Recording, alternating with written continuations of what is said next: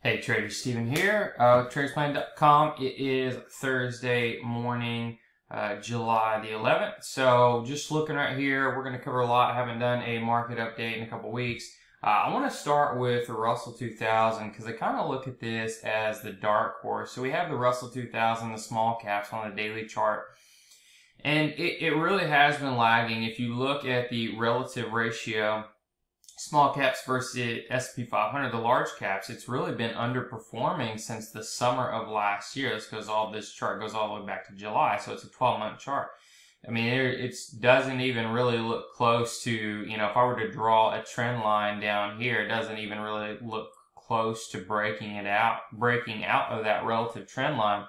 However, I think this is something that I would definitely keep an eye on because sometimes even if the S&P 500 or the NASDAQ, they go flat, I've just noticed that the small caps can just really have a mind of their own. There's a lot of ways I could draw this chart. You have the deep bear market, right? But really to me, this looks like just a giant cup with handle. And if I go out on the chart even more, I think it's just kind of amazing here. Just let me go out a few years on this. It's just kind of amazing how much it looks like a stock, right? You have a nice uptrend, nice correction or bear market, but then it just looks like a normal pattern on an everyday stock, right? So I would take, right now the S&P 500 has already hit an all-time high. NASDAQ picked off an all-time high the other day, maybe yesterday. And this one's really lagging, but the way I see it, I'm not looking at this why this is lagging. That means we're gonna, pull back or have another correction or anything like that, just because this thing can really move in its own direction, and decouple from the S&P 500. But man, I mean, if this breaks out, I just think everything is on, and I think you just absolutely have to be bullish. And this could break through here, and it could come and just pick this 1742 off very quickly. So right now you look at this chart and say, okay, on this most recent correction, it didn't make an all-time high like the major indexes. On this correction, it undercut this low, and it could roll over. Yes, it could, but I'm looking for more bullish outcomes, not bearish outcomes, based on what the other indexes are looking like. So yes, I'd like to see this going, but there's more to the market than just is small caps lagging a little bit, right? I don't think that is just the main indicator to look at. So if you really just come back here, once it busts through this, I think you could draw a major measured move, quite a bit up. So it's amazing, once you look at bear markets, how much they can run, after you get out of them. And I just want to keep showing these charts. You had, really a double dip correction back in 2015, 2016 in the S&P 500. And it just went on, and there were major pullbacks on the way. Like, this is not an easy hold. But this was. And then you had the peak in early 2018, and then we started to create the exact same pattern. You got a head and shoulders, and then you got a head and shoulders right here. So,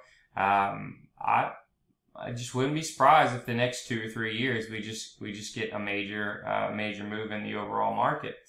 So if we look at the S&P 500 on the daily chart, like this right here, this looks scary, right? It does, because it breaks the 200-day moving average.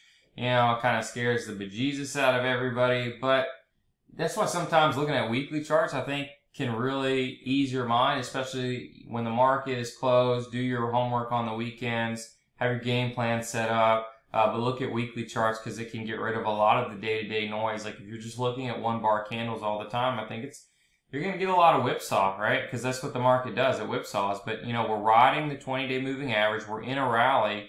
I don't think it's as strong as rally over here, although it could become one.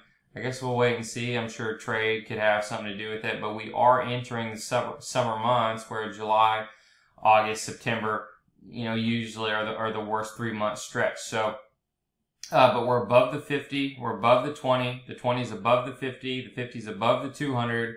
We're going to look at breadth here in a second, but I think you need to be long. With the NASDAQ right here, you can see that, it had a pretty nasty correction, 11%. And this sucks, especially right when you come out of this, right? It just does. But, I could draw a pretty nice measured move, and that would be, probably put another 5 to 6% to the upside. Could it consolidate, pull back, correct? Oh, all the above, right? But again, I just see more bullish evidence than bearish evidence. As a matter of fact, I don't see much bearish evidence at all. That's sometimes the time where you're going to get a pullback. One thing I am noticing, though, sometimes you look at strength of rallies, right? And not all rallies are the same, but you can see right here when we were rallying out of here, it was strong, and it went for 3-4 weeks, and then it would kind of pull back for a week, and then went for a while, and then it pulled back. So you had longer intervals of stronger rallies within the rally before it pulled back. Not so much on this one. This is just kind of a zigzagging its way higher, right? So I don't think it's clear to me that this rally is not as strong, but it's hard to be bearish when everything is hitting an all-time high. So you just got to run with it. I think you just need to have a target one rule, let the rest run, and I think you will do absolutely fine. So let's look at breadth, and then we'll look at some commodities and stuff like that. I meant to change, I should say 76%, because you can see 76% of the S&P 500 is above the 20-day moving average, but and it's pulled back the last few days. That's not going to scare me away, because you can see that it does this when it's in an uptrend. But very bullish numbers for technology, for financials. You can see right here, discretionary is starting to weaken just a little bit, not too big of a deal. Industrial is starting to weaken a little bit more, but there's still plenty of pockets of strength in here. They're not all going to be really strong. You got healthcare at 80%, staples at 75%.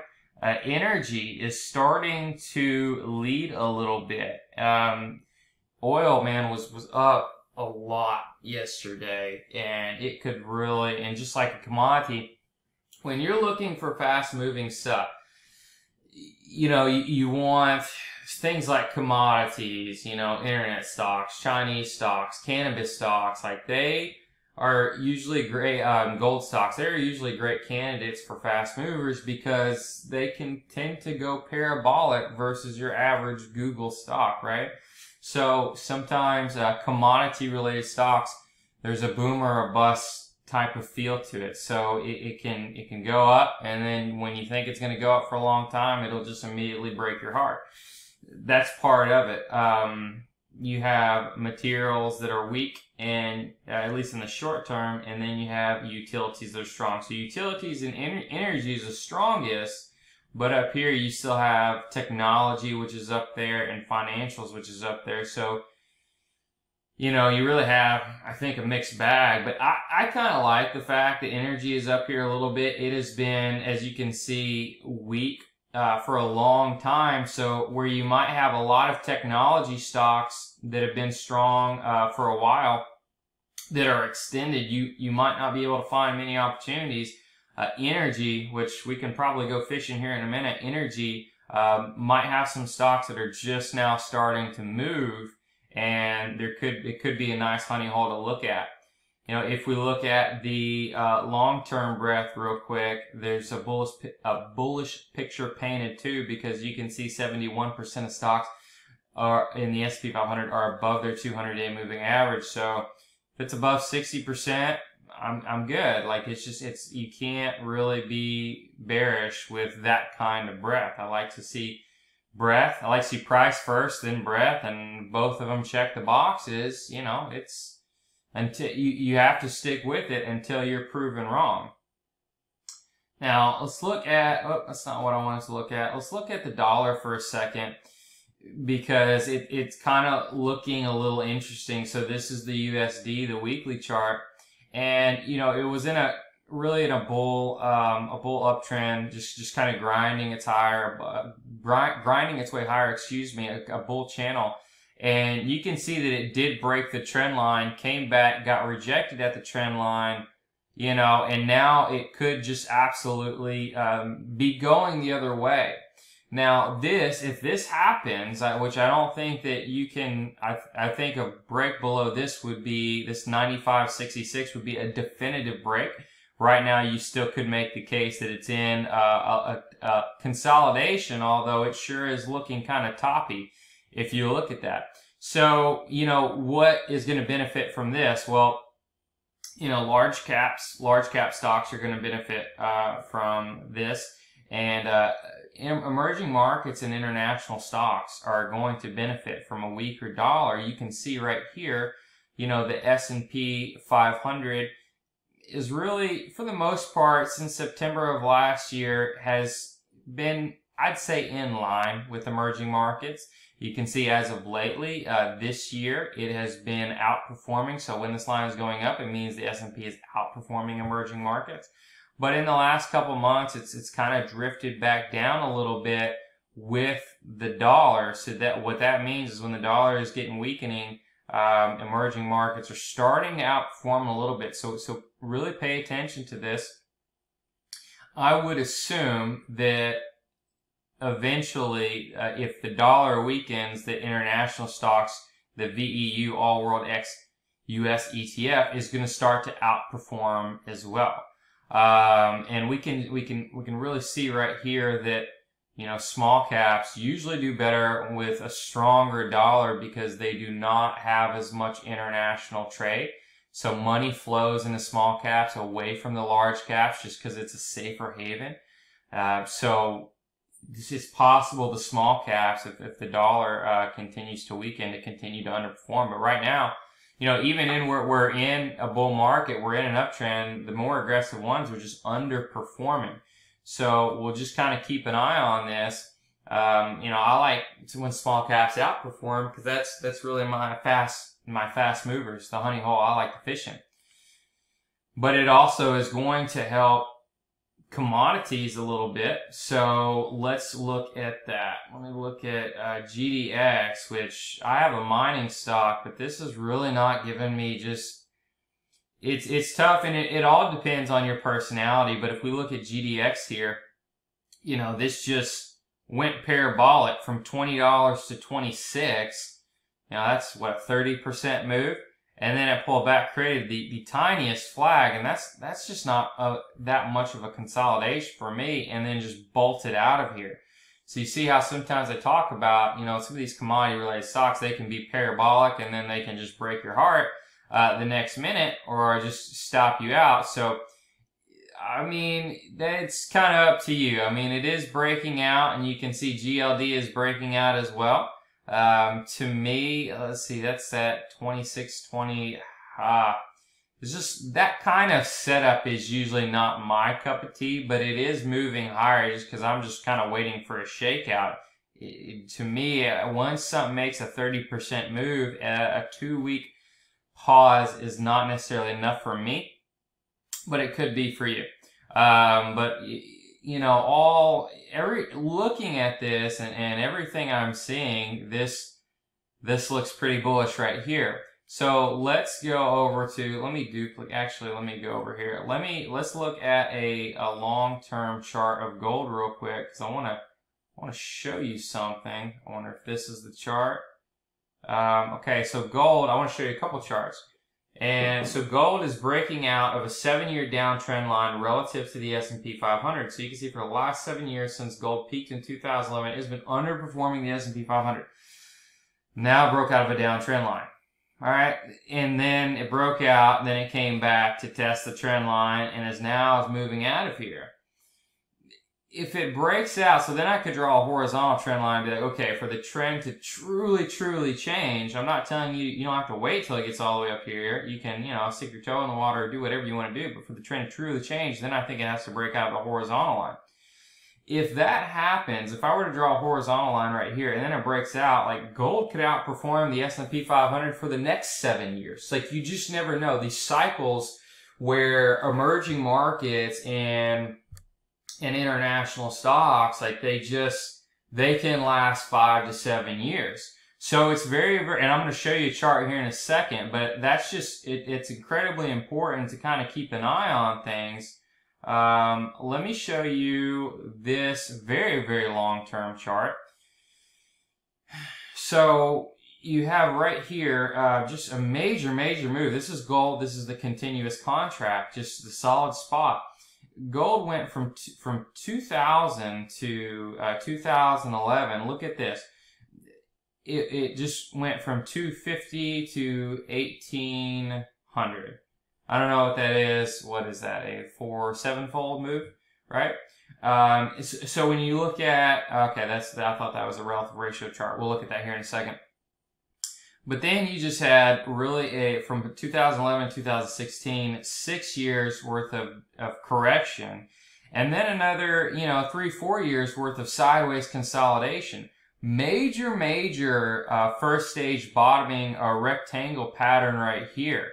It has hit this 1350 area multiple times. It looked like it was kind of bottoming right here. It broke it. But to me, I look at this as a false breakdown, which could mean an above average move the other way. Why I'm showing you this is you never know how long these moves can last, and all eyes are pointing now that gold has just done something really, really serious that hasn't done in 6 or 7 years. I would pay attention. If I look at, well, let me kind of go back here for a second, and I want to show you an old chart of mine. It is probably not up to date, but it's not fully up to date, but I just wanted to show you this because I forgot to change these numbers. I forgot to change a couple things, but that's okay. So this goes all the way back to 1990, and this is the S&P 500 relative ratio chart to the CRB. And what this means is, if this line's going up, the S&P 500 is outperforming the CRB, which is the commodities index. If this is going down, it means the S&P 500 is underperforming. So look at this, right? So from 1990 to 1999, the S&P 500 returned 266%, and the CRB returned negative 19%. Ouch, right? You want to be in the strongest one, always the strongest one. I'm not necessarily a fan of buying and holding commodities. That's just me, just because I've seen charts like this, and I don't want to hold something for 10 years when I can easily look at a relative ratio chart and put my money in the strongest one. So then, so that lasted, 9 years, 10 years, whatever. And then you had another 12-year run. So then you had 12 years where the CRB returned 69% and the S&P 500 returned negative 8. Negative 8. Okay? So you can easily draw trend lines and say, okay, now the trend line is broken. Okay? And then, so that lasted a long time, but which one would you rather be in? And then you have the S&P 500, again, just goes on a 2011 to 2019, still is the strongest. Remember, we looked at a gold relative ratio chart where gold's breaking out, but this is a CRB, this is oil, this is all the commodities included. S&P 500 is still the strongest one, so before you go out and buy a basket, I would just keep an eye on this because S&P 500 is still winning. These numbers aren't 100% correct, I think. I know they're not, so just ignore that. But it's not that far off.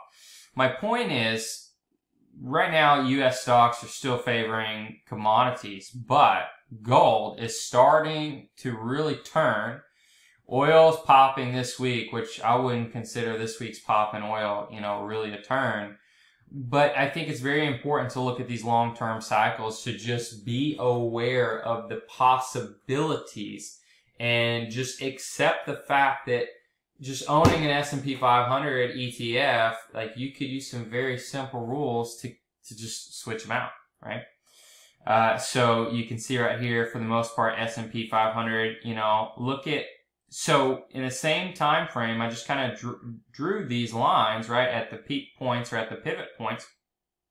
S&P 500 smoked emerging markets. Then S&P 500 underperformed emerging markets significantly. Emerging markets went from this run, this 12-year period, I mean, they were averaging like 20% per year. It was something ridiculous. But, I mean, they lost. Then they started to outperform again, right? And it all has to do with emerging markets are going to follow commodities, right? Which are going to follow the dollar, right? So they're all related. So you can see right here, this is the US dollar. You can see this is rising for the most part. And then the dollar kind of followed, right? So when the dollar was going in a downtrend, that helped emerging markets and commodities outperform the S&P 500. Then when the time changed, and it's not an exact, right? If you're going to look for the exact week where everything should turn, you're going to be incredibly disappointed. But because, I mean, they can decouple for months or even a couple years at a time, these relationships, but they hold true on long-term charts. So then you can see gold right here. When the dollar's going down during this 12-year period, gold shot up, and then the dollar for the most part has been in an uptrend since 2011, and gold has been in a downtrend. Well, now we already looked at dollar starting the weekend, and gold is breaking out, or has broken out, in my opinion, in a definitive breakout. Maybe just a little bit more for a definitive breakout. We still could have false breakouts. Keep that in mind.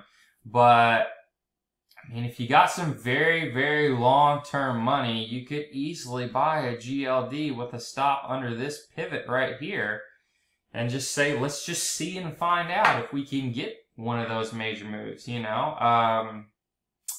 But, I mean, that's just...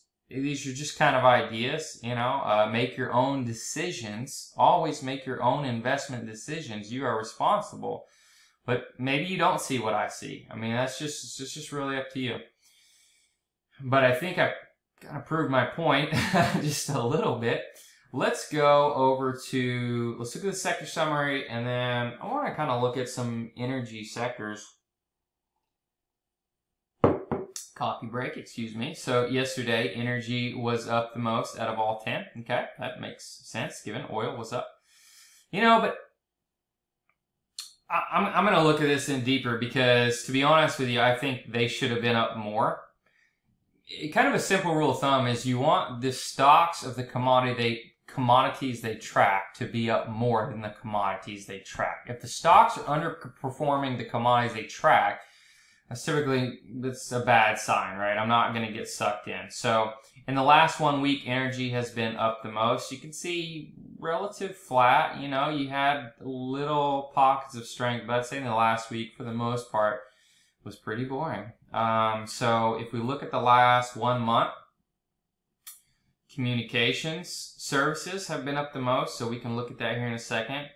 Discretionary, energy, technology, you got materials, staples, industrial. So you do have some more aggressive sectors that are weak. But if we look at the scooter ranking, this is the 12-year technical ranking, kind of their relative strength ranking, so to speak. You know, technologies, real estate, so REITs, discretionary, communication, utilities. So you do have a couple defensive in nature, but, you know, that also could have to do with the interest rate movement, but technology is still up there, right? In the last 12 months, technology is still the strongest technical ETF.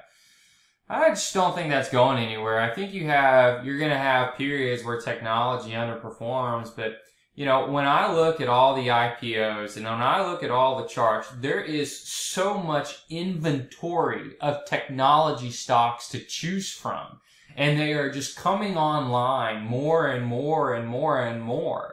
That's why you have a lot of these, you know, some of the lagging industries, they've just been getting smoked because if I go with the fundamental side of things, why wouldn't you want to buy shares of companies that, you know, are growing at 50% earnings or sales a quarter versus something that's paying a dividend that might only be earning 5 to 8, you know?